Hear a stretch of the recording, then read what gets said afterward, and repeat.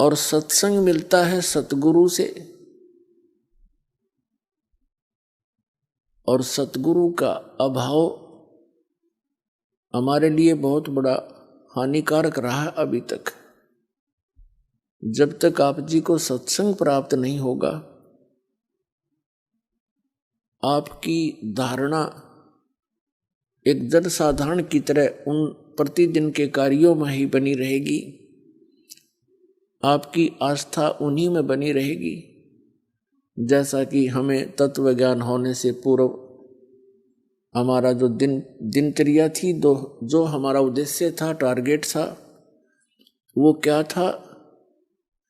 बच्चे थे, शिक्षा ग्रहण करेंगे, अच्छी पोस्ट प्राप्त हो जाएगी, विवाह हुआ, संतान होगी, इनको पाल पोस देंगे, इनका विवाह कर देंगे, बस फिर हम बेशक मर जाएं, हमारा काम पूरा हो गया।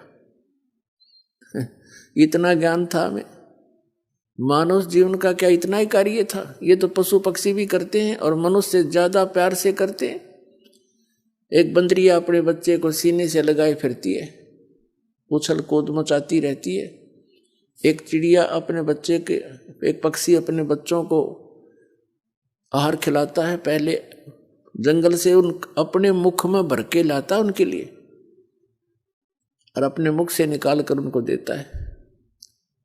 इतनी ममता उनके अंदर भी है। और यही कर्म अगर मनुष्य का था तो फिर क्या फायदा है मनुष्य जीवन को इतनी सुविधा देने का? इसका मूल उद्देश्य कुछ और है जो आपको सत्संग से पता चलेगा, और हमें भी फिर सत्संग से पता चला।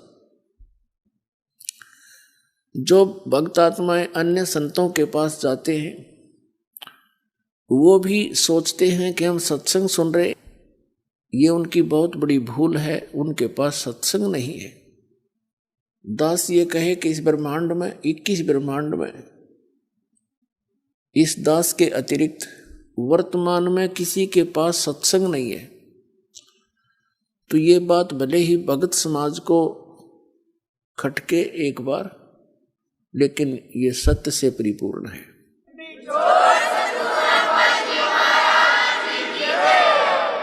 और धीरे धीरे इसकी सार्थकता, इसकी सत्यता आपके पास पहुंचेगी। फिर आप इस दास के इन वचनों को सुनकर आंखों से आंसू बहाया करोगे कि सचमुच वो ज्ञान था, उनको कह कह का पता नहीं, लाखों लोगों को भ्रमित किए बैठे हैं वो लोग।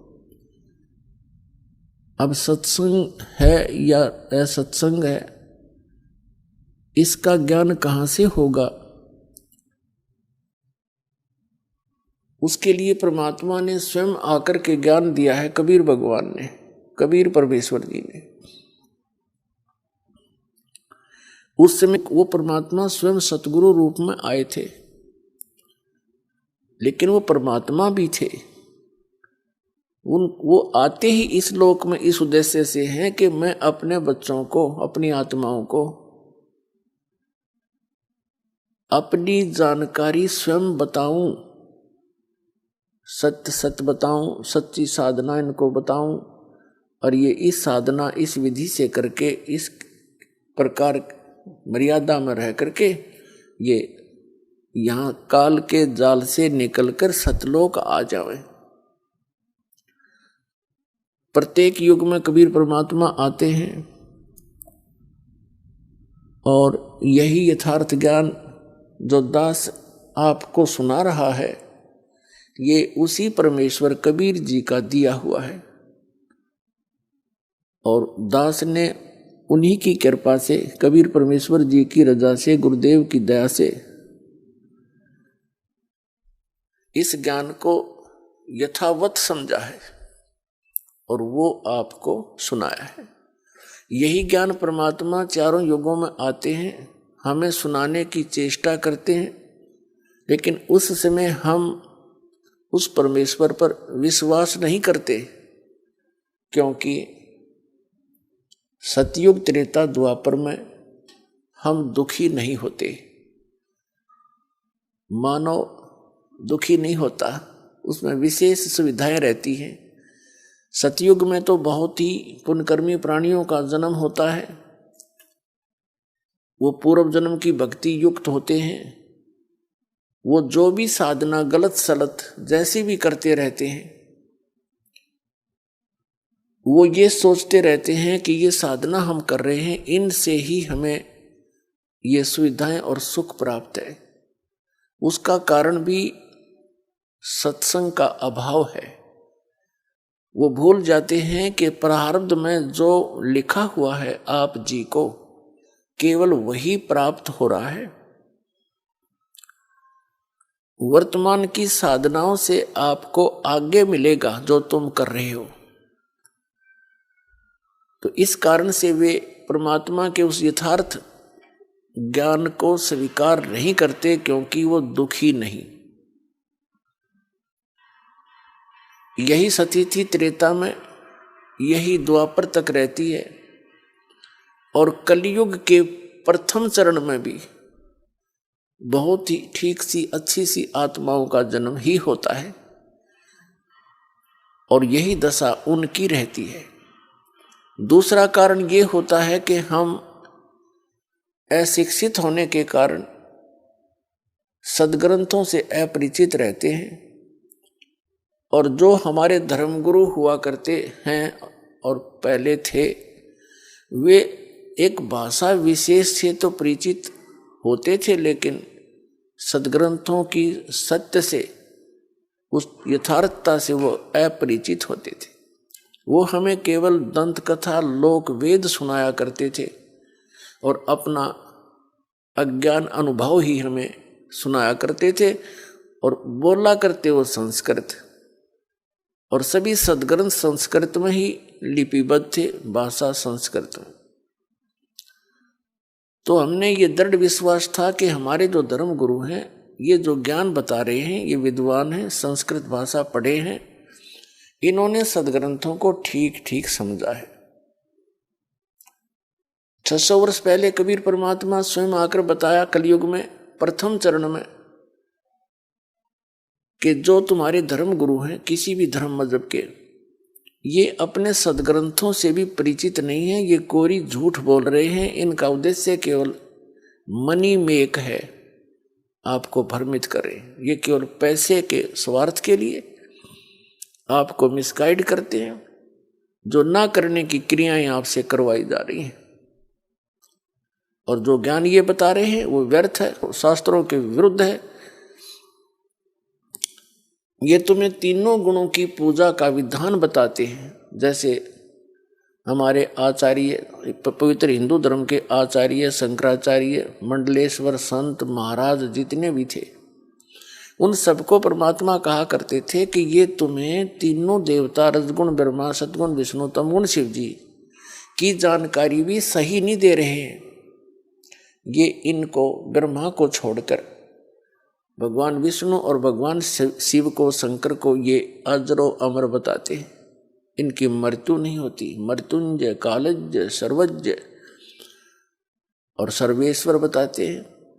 ये झूठ बोलते हैं, और इन तीनों गुणों की पूजा गलत है। कबीर परमात्मा, कबीर जी कहा करते थे, परमेश्वर जी, तीन देव की जो करते भक्ति, उनकी कदे ना होवे मुक्ति। गुण तीनों की भक्ति में ये भूल पड़ो संसारे। कहें कबीर निज नाम बिना कैसे उतरो पार। तो उस समय परमात्मा जो ये ज्ञान कहा करते थे कि इन तीनों देवताओं की भक्ति से, श्री ब्रह्मा, श्री विष्णु, श्री शिव जी की साधना से आप जी की गति नहीं हो सकती, आपका मोक्ष नहीं हो सकता।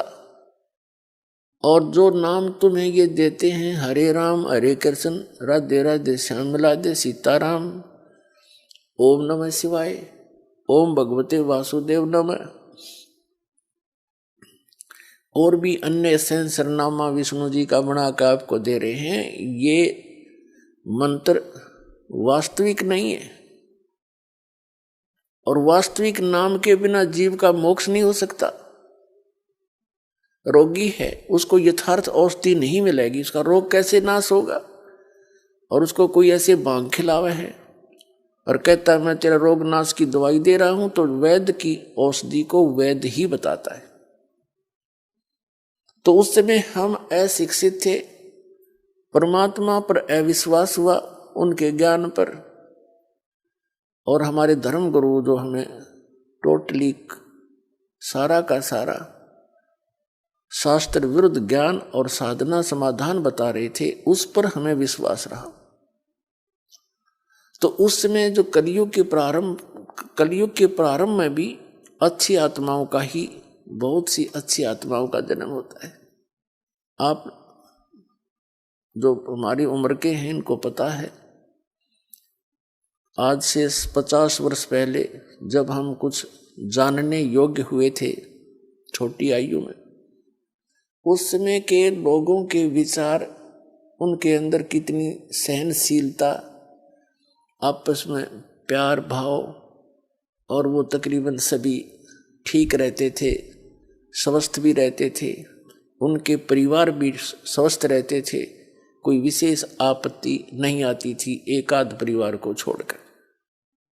तो वो अच्छी आत्माएं थी, उनके पिछले जन्म के संस्कार ही उनको प्राप्त थे, और वो बिल्कुल भक्ति भी नहीं करते थे, क्योंकि दास का जन्म जिस वर्ण में हुआ है, इस किसान जाट वर्ण में, तो भक्ति नहीं करते थे। विशेषकर जो दास का जन्म सोनीपत डिस्ट्रिक्ट हरियाणा में हुआ, तो वहां से खूब परिचित है उन व्यक्तियों से, अच्छी आत्माएं थी, कर्मठ थे, उनका विधान केवल इतना ही था, अपना कर ले और खा ले कर दे दे। इसमें वो दृढ़ थे, लेकिन भक्ति के आसपास नहीं थे। और फिर भी सबको सारी सुविधाएं थी, बच्चे भी ठीक थे, उनके आगे संतानें भी थी एक आधे को छोड़कर, और वो बिल्कुल भक्ति नहीं करते थे। सारा दिन होका पाड़े, ताश खेल, या कि मैं और बात बतलावे, राम नाम तो उनका मुंह पकड़े, दास ने सुना नहीं। रिश्तेदारियों तक का भी खूब ज्ञान है मुझे, और घर का भी, अपने परिवार का और अपने गांव का। क्या हो गया को सारे गांव में 10-20 व्यक्ति कोई धार्मिक से, वो अलग बात है, वो भक्ति करते हों, वो भी जैसे लोक वेद की। तो कहने का भाव यह है कि वो अच्छी आत्माएं थी, और वो साधना करते या ना करते उनको सब सुविधाएं प्राप्त थी। तो ऐसे ही परमात्मा जब आए तीनों युगों में, और चौथे युग कलयुग में, उस समय ये प्राणी घना दुखी नहीं था, और परमात्मा के उन वचनों पर विश्वास इसलिए भी नहीं हुआ क्योंकि वो अशिक्षित थे, और जो विशेष थोड़े बहुत दुखी थे वो परमात्मा की शरण में आए और सुखी हो गए। अन्य जो ठीक उनका सुविधा थी वो परमात्मा की शरण में नहीं आए, केवल दुखी व्यक्ति ही कबीर परमात्मा की शरण में उस समय आए। और वो अशिक्षित होने के कारण भी परमात्मा को परमात्मा नहीं मान सके, उनको सुविधाएं भी बहुत दी जो दुखी टाइप के व्यक्ति थे। तो कहने का भाव दास का इस सारे विचारों का निष्कर्ष ये है कि उस समय परमात्मा द्वारा बताई गई साधना को हम स्वीकार नहीं कर सके। तुम मिल के संगत सारी, जय बोलो बंदी छोड़ किए, तुम मिल के संगत